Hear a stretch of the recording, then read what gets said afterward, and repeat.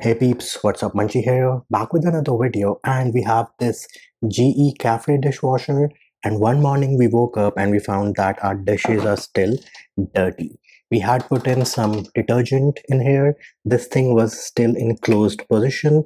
There was some water inside the dishwasher, but the dishes were dirty. We did our normal troubleshooting steps wherein we took out this tray, we cleaned down here, took out this filter, we restarted it, and then the issue persisted. The problem was it would run for a minute and then no error codes, nothing, it would just turn off. And if you're wondering about the model, here it is.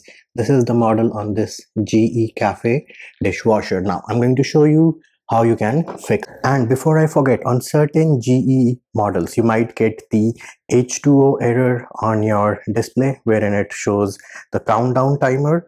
So let me try it over here. So over here you might see the H2O error, and this method which I'm going to show you is going to fix that as well. So here is what we need to do. You need to go to the bottom of the dishwasher and you have this kick plate. On either side you will have a screw. So over here you will have a screw, a 1/4 inch, and the same thing on this side as well. You need to remove those, and once you've done that you can pull out this kick plate on the bottom. So here it is.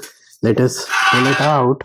Now once you've removed the kick plate, you will see some insulation on the bottom. This helps with making the dishwasher less noisy. So what we're going to do is we're going to pull this out as well and keep it on the side. So here it is.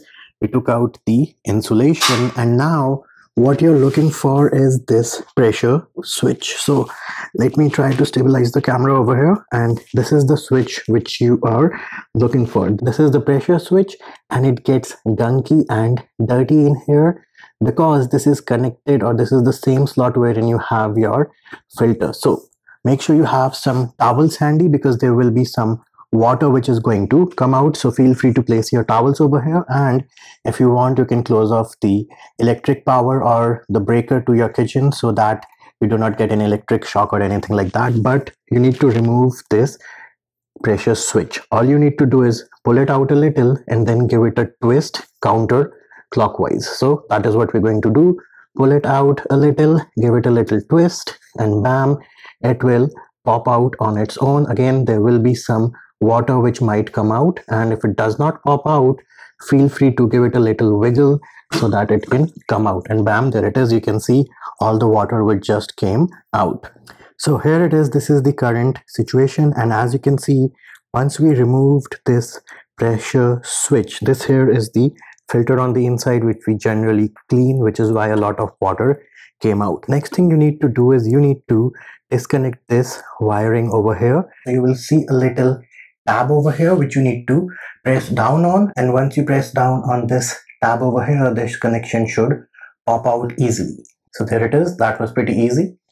The next thing you need to do is you need to clean up this part. You might have a lot of gunk in here, and the other thing you can do is this thing can actually pop out. So if you pull it apart like this, then the black part will pop out, and don't worry about the alignment, it will only go in one way. So this black part is the part which has your electrical connection. I would not wash it, but this plastic part over here, this is the one which you can wash. Make sure that there is no gunk in here, and also make sure that you have a washer in here.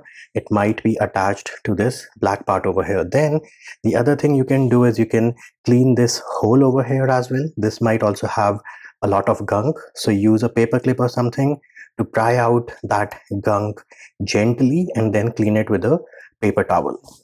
Now once you've cleaned everything up, again make sure that there is no water in this electrical connector over here, and then we can put it back into place. As I mentioned earlier, this goes only one way in, so you do not have to worry about the alignment. And now it is time to put this part back into our GE Cafe dishwasher. This is the pressure switch over here.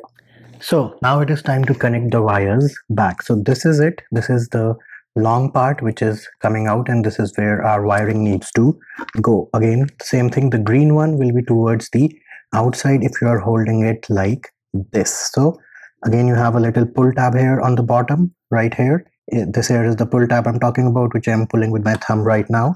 I'm pulling on that, and then I'm going to slide this wire into place. There it is. It went in easy peasy, and now it is a snug fit. It is not coming out. Then we need to put it back into place. And now to put this pressure switch back, the longer tab is towards the back of the dishwasher, and remember this tab over here needs to be facing you. So there's a little clearance over here.